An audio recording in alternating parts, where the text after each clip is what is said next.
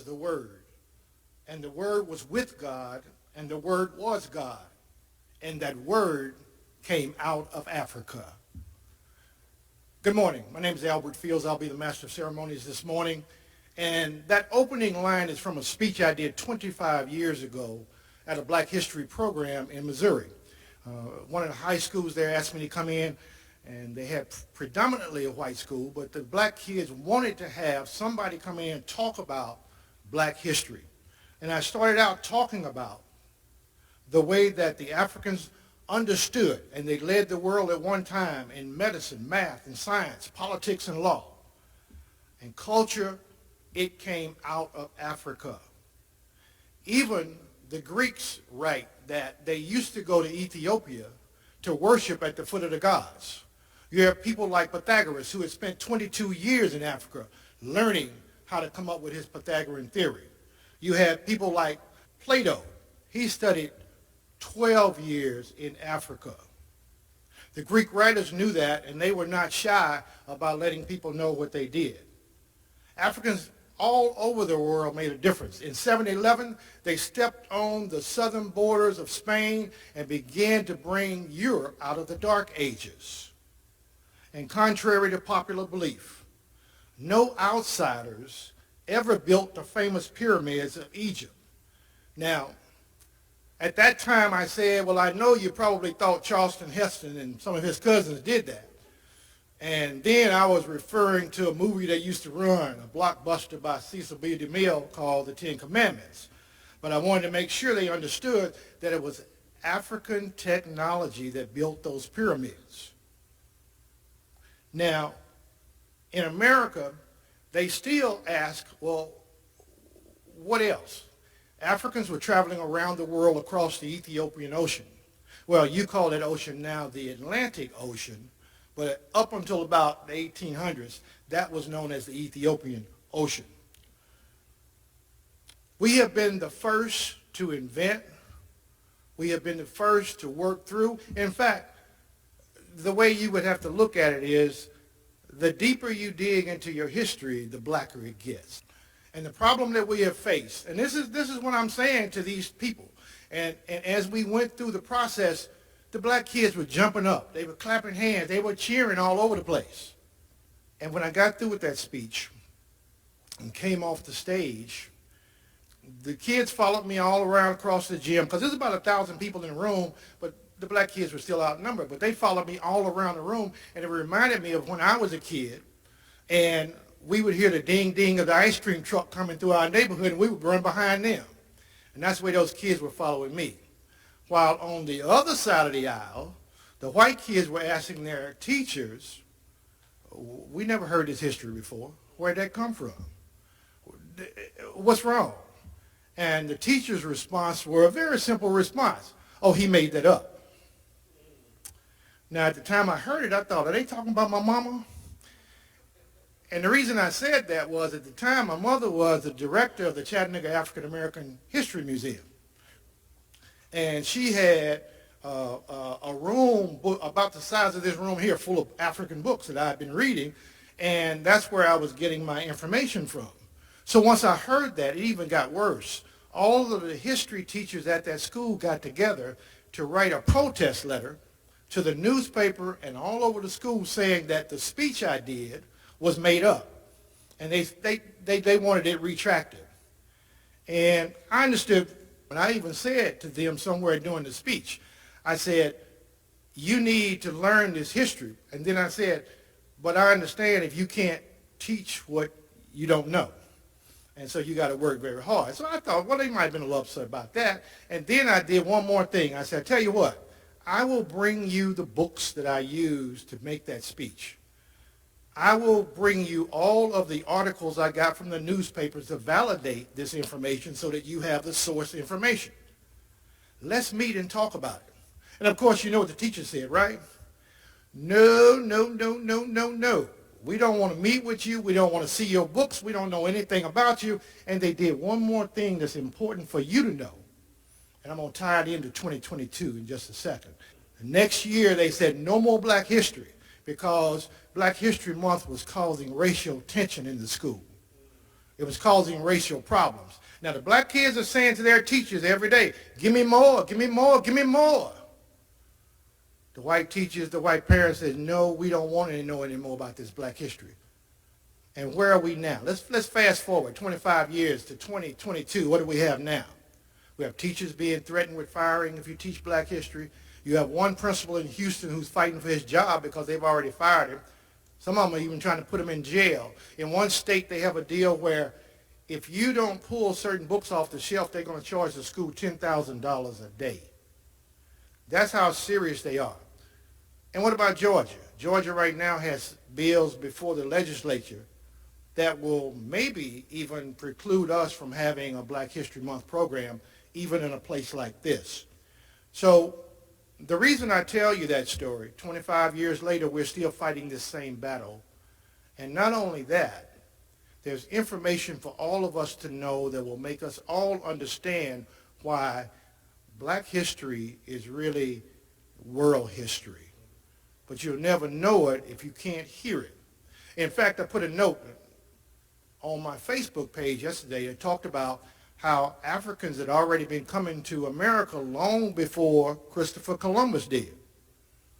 They were sailing back and forth, doing trade, mingling, tingling, whatever they did. And one of my buddies, who was a grown person, said, is this true? And I went back and pulled up 3 sources and laid it in the chat with him to let him know, yes, this information is available. So that's the importance of what we're doing here today. And I wanted to kind of set the stage by saying these are the things that we have to fight every day to bring programs like this to you, but these are programs that you need. We have a person with us today who's going to help us out. He's with the Remembrance Project Coalition, and they've been working very hard to help put this program on.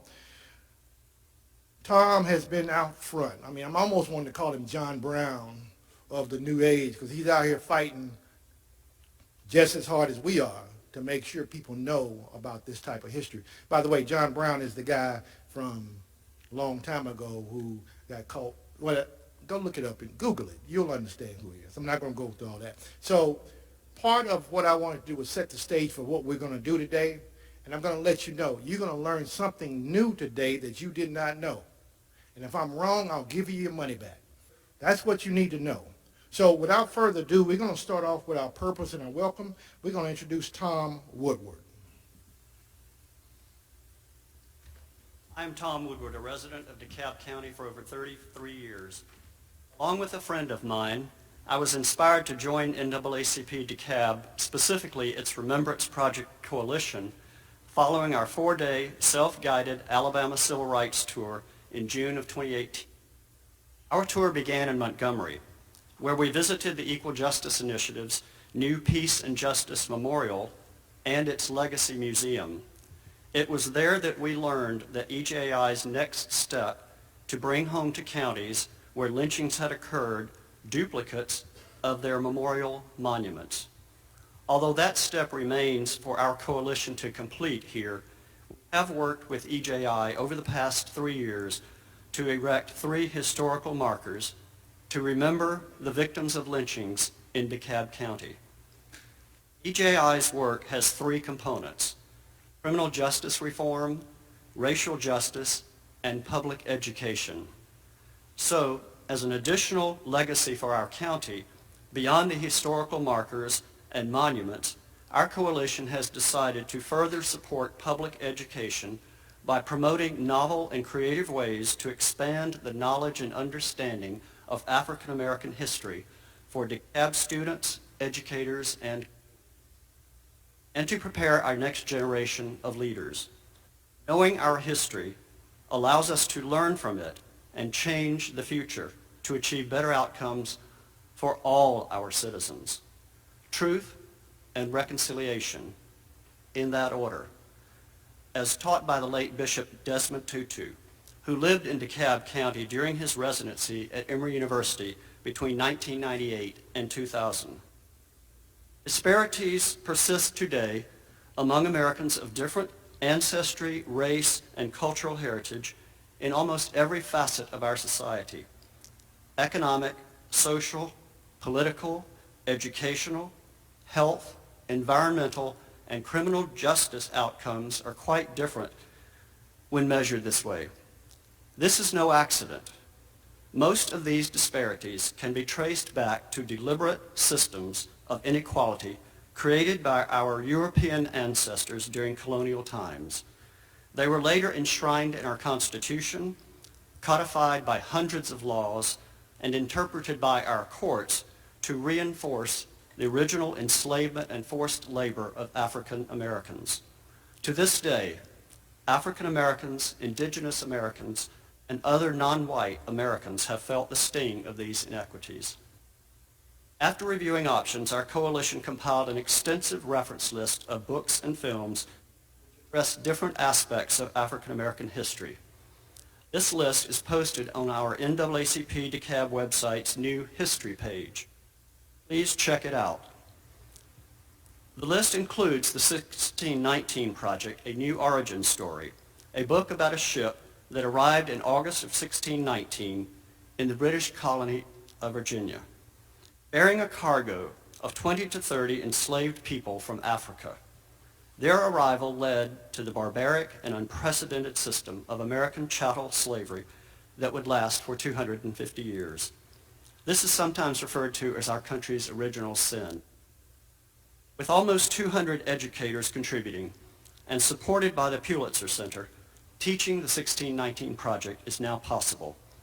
The Center has made available free online lesson plans, is collecting further lesson plans from teachers across multiple subject areas, and it helps arrange for speakers to visit classes. The Center considers most of the lessons usable by all grades from elementary school through college. Reviewing our DeKalb Library's website, we found that there is a long waiting list for the 1619 project.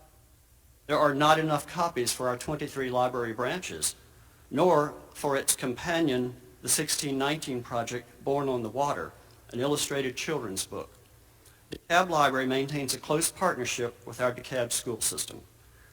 Through the DeKalb Library Foundation, I'm very pleased to announce that our Remembrance Project will fund the purchase of additional copies of both books for checking out, as well as digital copies for DeKalb students and educators to access online. Here to talk about the history of the Negro National Anthem is one of those students, Kyron Robertson. Hello, my name is Kyron Robertson, and I am 15, and I attend Mountain View High School. So my speech will be about the history of the Black National Anthem. Lift Every Voice and Sing was written and composed by the Johnson brothers, a pair of influential men from Jacksonville, Florida. James Weldon Johnson and James Rosamond Johnson worked together their whole lives, at first in show business and later in the pursuit of civil rights. They both saw artistic and cultural excellence as a key to Black advancement in America. James Weldon Johnson, the elder Johnson, was a lawyer, a diplomat, a professor, a writer, and poet, and the first Black executive secretary for the NAACP. John Rosamond Johnson, the younger Johnson, trained at the New England Conservatory of Music and performed in stage musicals and operettas. In 1900, when Lift Every Voice and Sing was composed, the visibility and influence of African American traditions was growing, but Reconstruction efforts have failed to provide widespread opportunities for financial and educational advancement. Moreover, racism stood ready to close any door Black achievers dared to open. To many men and women, like the Johnson brothers, who managed to find success, the rise of one Black American lifted up all. In this way, Lift Every Voice and Sing was at one time a history, a proclamation, and a vision for the future. It immediately resonated with Black communities and institutions.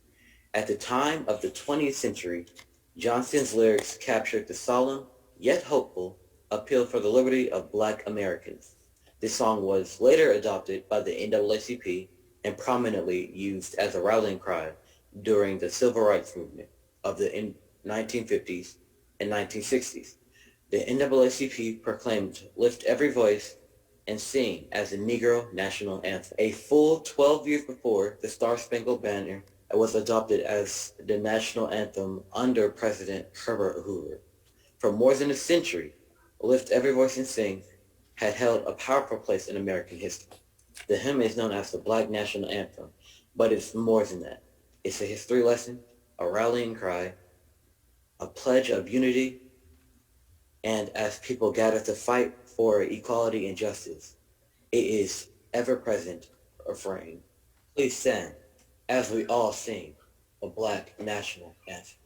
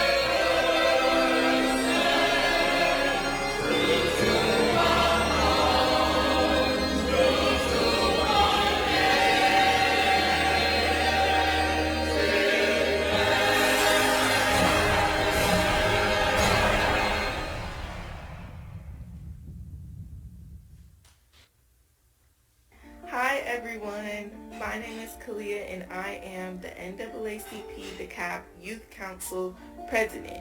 Today I will be discussing with you all the history of the NAACP. The NAACP was founded on February 12, 1909 in New York, New York.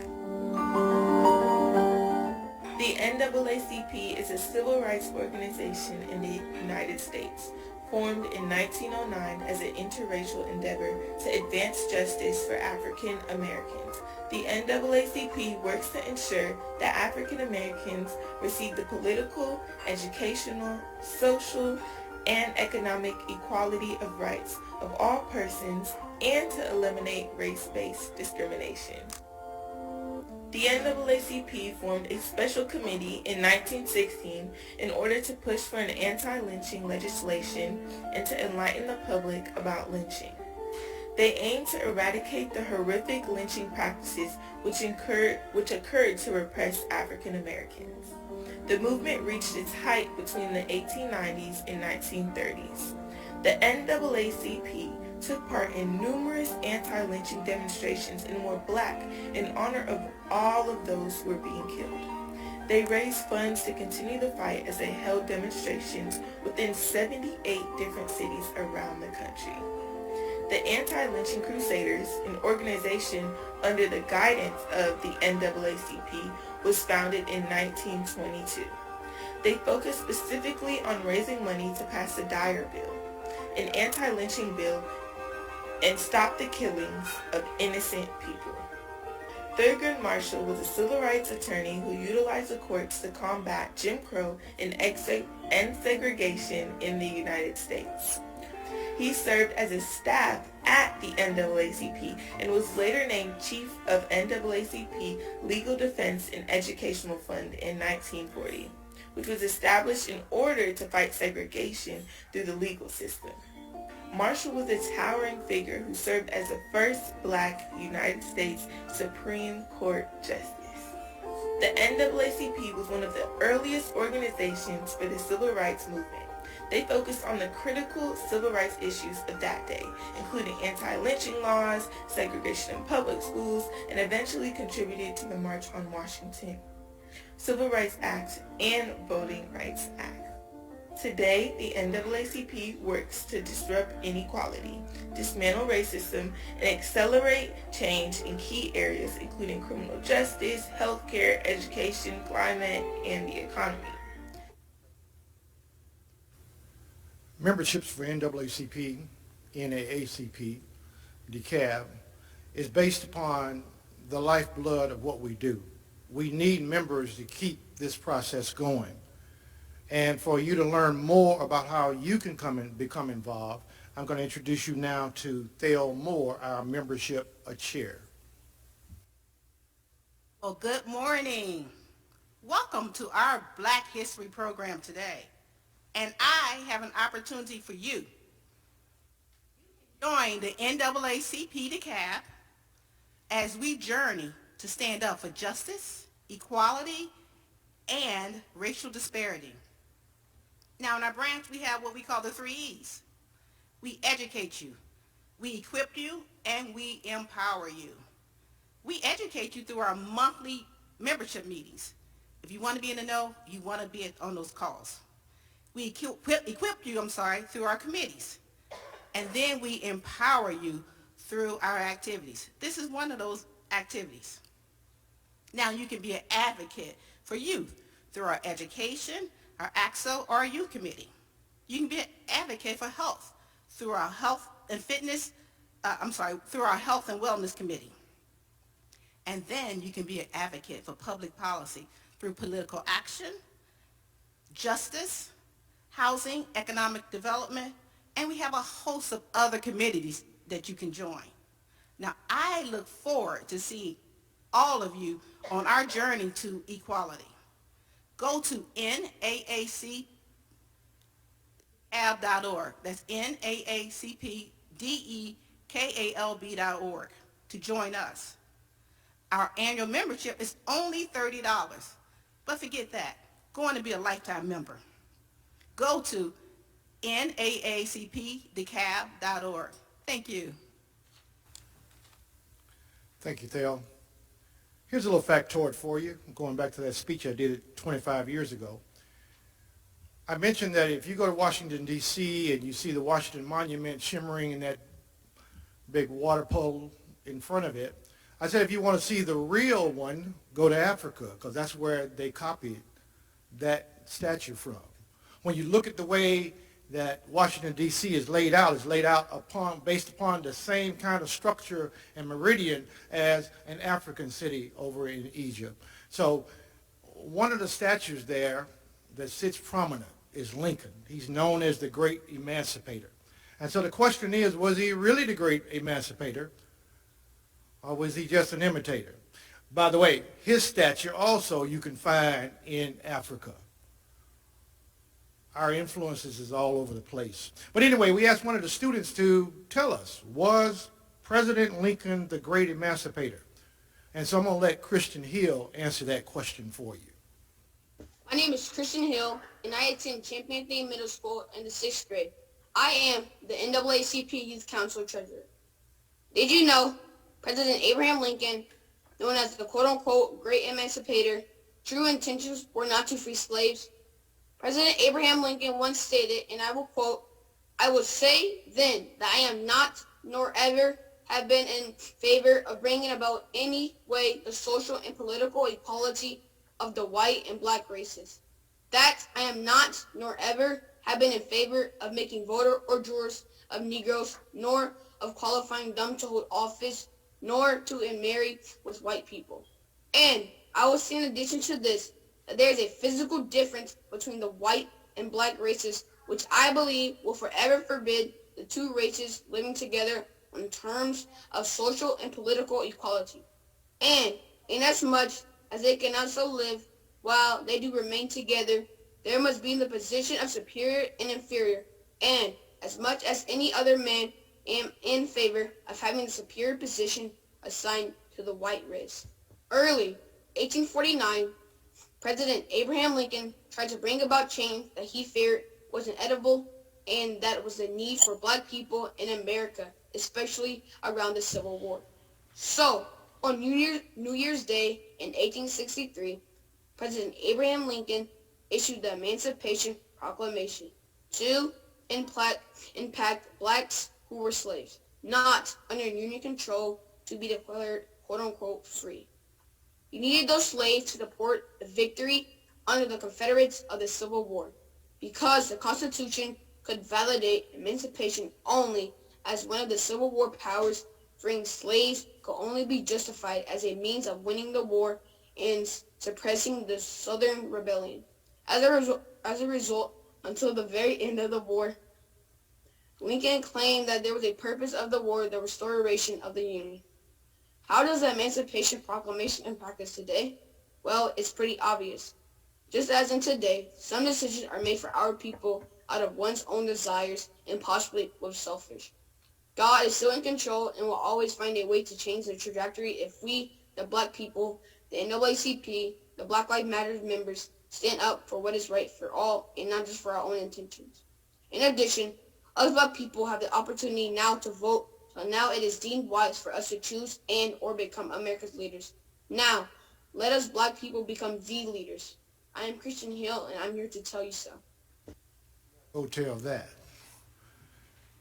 I have the pleasure today of introducing a man.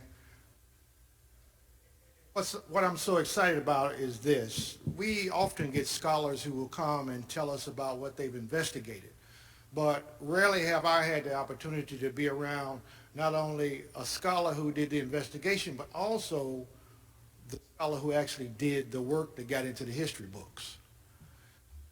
The following person, he will tell you, if you look at his bio, he started at 18 working for civil rights and social justice, and he can carry you through that.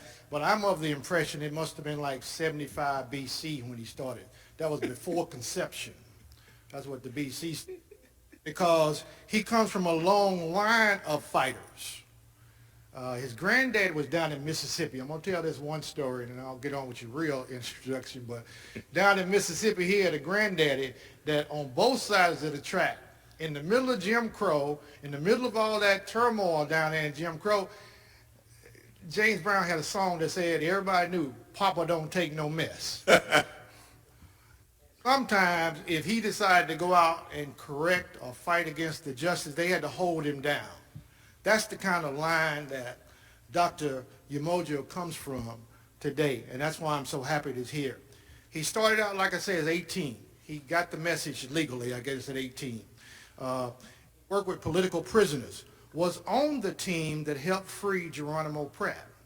Now, for you that don't know who Geronimo Pratt is, he was one of the longest serving political prisoners in jail through the old days of the COINTELPRO, J. Edgar Hoover and the like. He is now working with Tupac Shakur's stepfather to try to get him out of jail. So it didn't stop back then. He is still working. He is still working here in Georgia as well. He is from this area now, even though he grew up in Compton, and he's been here for quite some time. He got his BA from California State University. He got his MA and PhD from Emory University. And he's also researched history on civil rights and Black Power and other resistance and social movements. Professor Umoja is the author of the award-winning book, We Will Shoot Back, Armed Resistance in the Mississippi Freedom Movement. And we're reading that this month for our book club. And I'm so happy about that. He's also co-editor of 2 volumes of Black Power Encyclopedia. Now, he's got a lot of awards, but the one that stands out to me is the fact that he and his wife co-founded the Malcolm X grassroots movement that has been here in the Atlanta area for over 30 years. So he's working wherever he can to make a difference with whatever he has to work with. Ladies and gentlemen, I want to introduce you to Dr. Akinyele Umoja. Brother Fields, thank you for that powerful introduction. I want to thank you and the DeKalb County NAACP, as well as Sister Dee Smith, who invited me here today. On behalf of the men, women, and children, all the family of the Malcolm X grassroots movement, I also like to greet you all with what we say, free the land. We're here on Black History Month. Black History Month, we all know, was created by a great scholar by the name of Carter G. Woodson. Some of the young folks, you might not know who Carter G. Woodson was, and we should say is. He was born in 1875 and died in 1950. He got his PhD from Harvard. In fact, he's the second African American to receive their PhD from Harvard. The first was the great W.B. Du Bois. He served on the faculty of 2 historically black colleges, Howard University and West Virginia State University. He founded first what was called Negro History Week in 1926. Now it's known as African American History Month. He started the Association of Negro Life and History, which is today called the Association of African American Life and History, the preeminent organization of African American heritage in the United States. He founded the Journal of Negro History, which continues today as a Journal of African American History, and he wrote the important book, amongst many publications, The Miseducation of the Negro. Why did he focus on history? And it's the theme of my topic today. Carter G. Woodson recognized that history was a weapon. We'll get to that. During his time, and during the time he founded what is today Black History Month, what was the status of black folks around the world? In the United States, 1926, black people were living in segregation. In other words, we weren't just separate, but we were kept in inferior positions. The practice of lynching was common. What do I mean by that? From 1890 to 1900, there were over 1,200 lynchings of black people in the United States, meaning that without due process, they took black people, strung us up, hung us, cut off body parts, sold body parts, took pictures of these atrocities. That was a common practice in the United States. For a 10-year period, as I described, there were 120 lynchings per year. Black people throughout the South in particular were disenfranchised, meaning that we couldn't vote and there were obstacles placed to prevent us from voting. And not just here in the United States, but there are 52 African countries. Only 2 of them were independent at that time. 50 African countries were colonized, meaning that Europeans, white folks, control their politics, their economics, their social and cultural development. So Woodson lived in that place, and he realized that history was one of the things that was used to keep black people under control.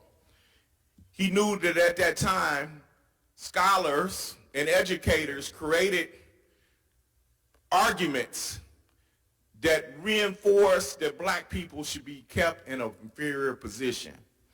He saw the importance of black people beginning to tell their own story. He realized that history was a tool, a weapon to either empower people, to make us stronger, to have us believe in ourselves, to have us fight for our freedom, or to mentally, intellectually, and spiritually control a people, to keep you down, to oppress you. He saw that omissions of our contributions and denial of the truth actually led to harm against our people. Misinformation was used to reinforce racist ideas of black people and to justify racist policies. It wasn't just that people didn't like black folks, but policies were set up to keep black people down politically, economically, educationally, and otherwise. He also knew that oftentimes misinformation was utilized to cover up harms and atrocities against black folks. But the greatest harm was that history was used to make black people not love ourselves, to make black people not have the confidence in our own people, to keep black people divided, to not let us see the beauty and power that we possess within our communities as resources to not only gain our freedom, but to live self-determining lives. Now, one of the things I learned is the educational system, particularly our social studies and history, is oftentimes based on a quote from Napoleon Bonaparte, the French general and politician. And Napoleon once said that history is a collection of lies commonly agreed upon. Y'all get that?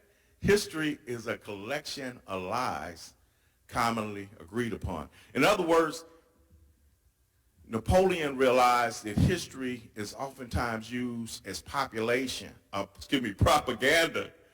to keep control of populations, to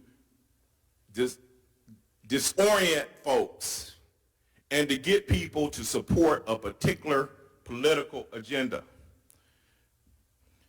Napoleon said, even when I'm gone, I shall remain in the people's minds, the star of their nights. My name will be their war cry of their efforts and the motto of their hopes. In other words, his political agenda would be supported because of the type of history that they were taught, recognizing that history is a weapon. But we should remember, particularly in this time, that teaching, learning, and telling our true history is a human right and also a form of reparations. People oftentimes put the concept of reparations as something that's a strict money exchange. But reparations is about repairing a people. And when a people have been damaged and harmed in particular ways, international law says that one form of reparations or correcting the historical narrative of telling the truth where it's been lies, to when people have been harmed, to help heal them through telling proper historical truth. One of my colleagues at Georgia State University, Natsu Saito, wrote an article called Redressing Foundational Wrongs. She talked about how in addressing things, long-term historical wrongs, things like slavery, things like segregation, things like lynching, things like mass incarceration, things like state violence against black folks. She said in correcting those things, there are three principles that had to be employed in order to bring about redress. One is dignity, to bring a people who've been oppressed, to have them see their humanity and have the world see their humanity, thus black history, right?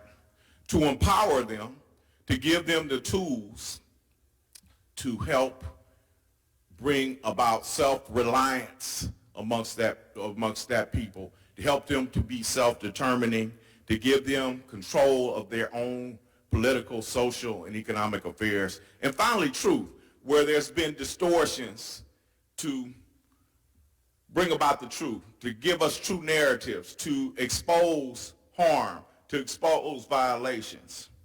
We need narratives that restore people's dignity, encourages people to see power through self-determination and being organized. That's why we need organizations like the NAACP, that tells the truth by correcting the false narratives that oppress us and causes harms perpetrated against us. For example, and Brother Fields started us off by talking about contributions that come from our African homeland. And we have to always remember, and we must always start with the fact that our ancestors, our African ancestors, were the first people to walk this earth. Our ancestors were the ones who first created religion. They're the first ones to create science. They're the first ones that created math. And remember that, young people, when you're not doing well in math in school. They're the first ones to create agriculture. They're the first ones to create government.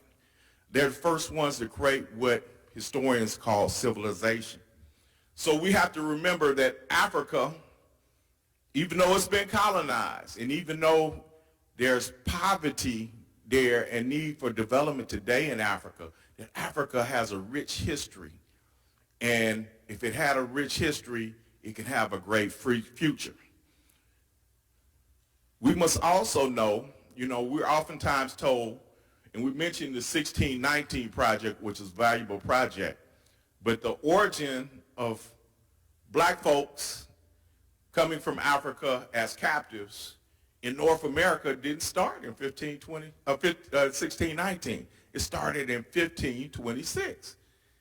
On the coast of Georgia and South Carolina, there were 500 Spanish who formed a colony there, and they brought 100 enslaved Africans.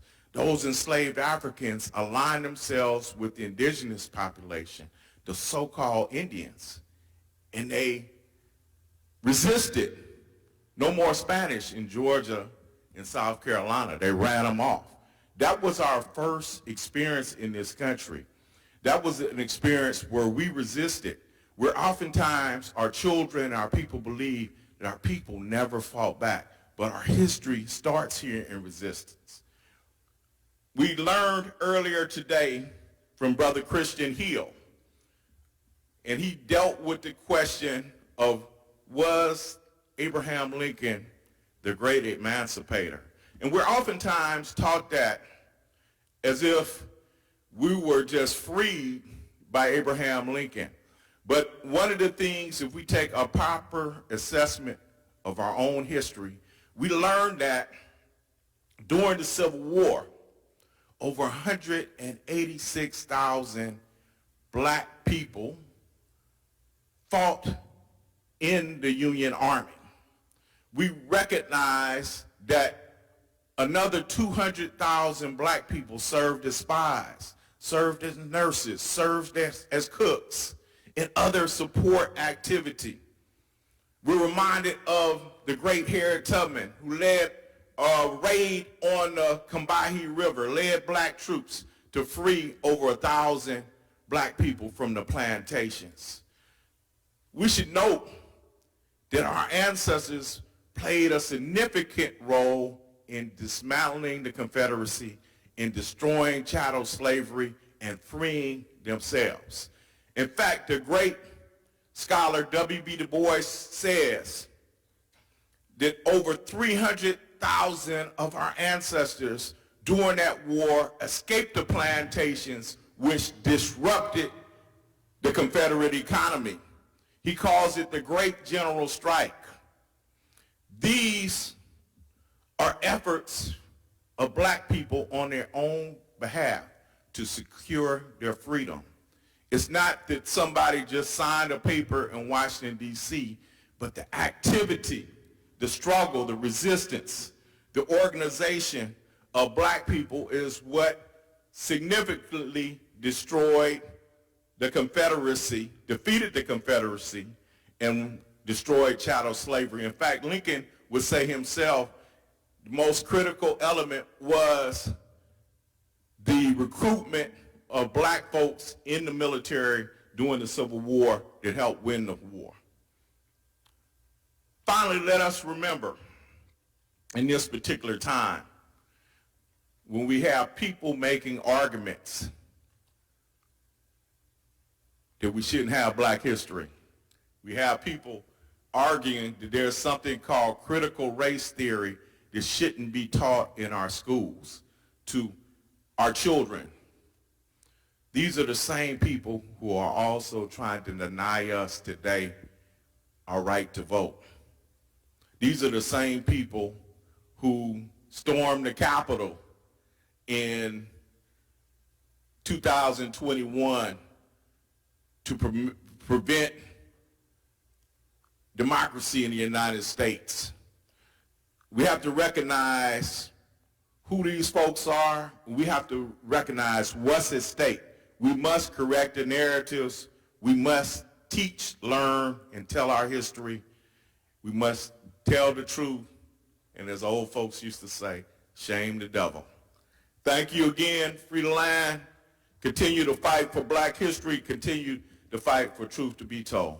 Take care.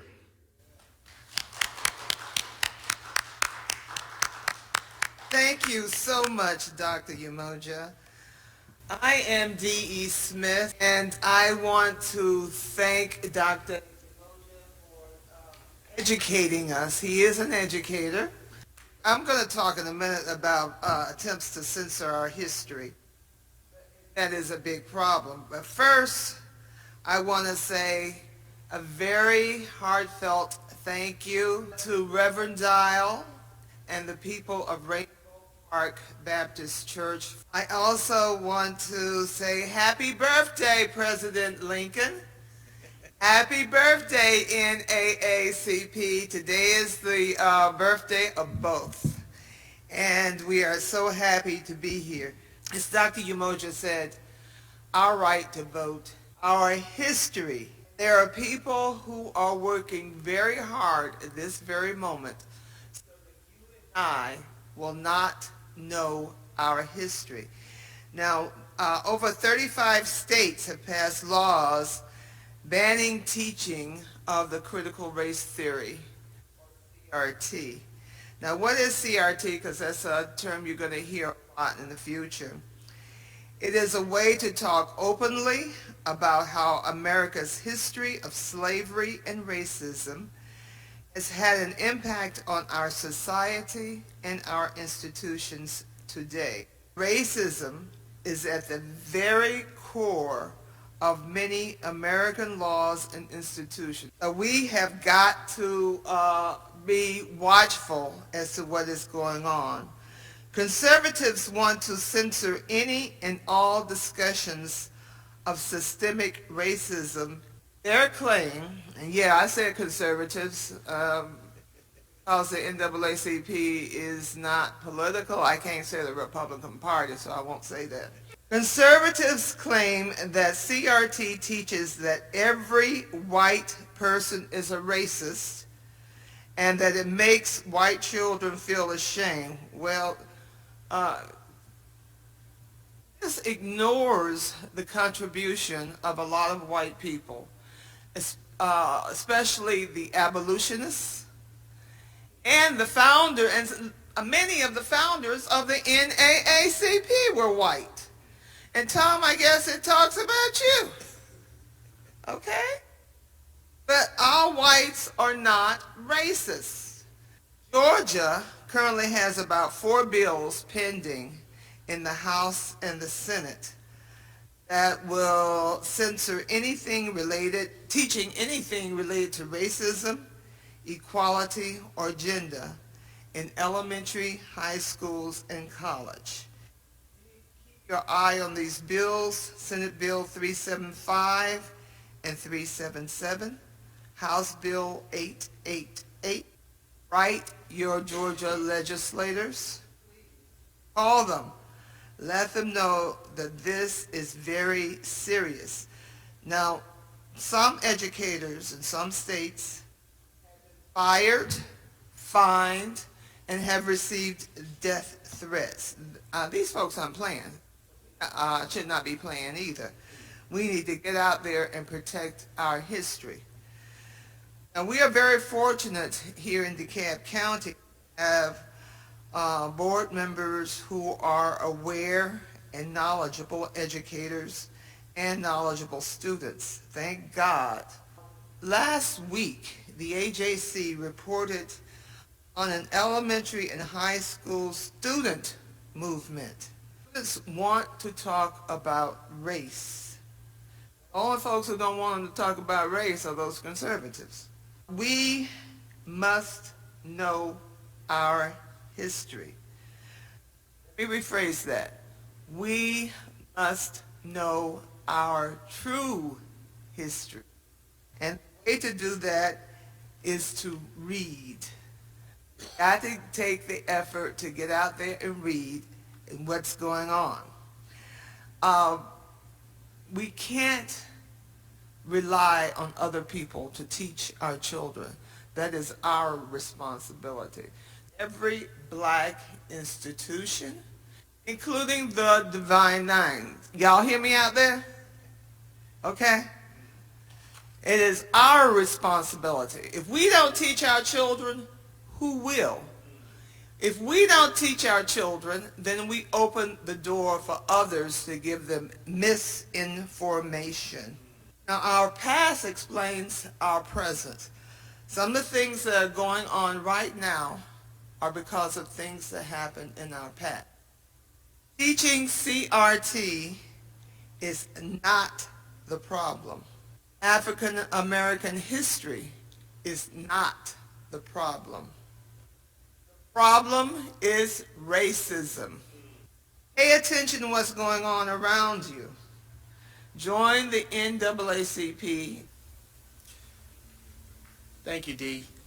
This has been a wonderful program, and I want to thank everybody involved with it. I bring you greetings and thanks from our executive committee, all of our committee chairs, and all of our members of the NAACP DeKalb County Branch. I want to take a special moment to help you look back at this program we just had. All the wonderful youth in this program that spoke. These are youth of our youth council. If your children are not part of this program, they can be. So thank you to all the youth who joined this program.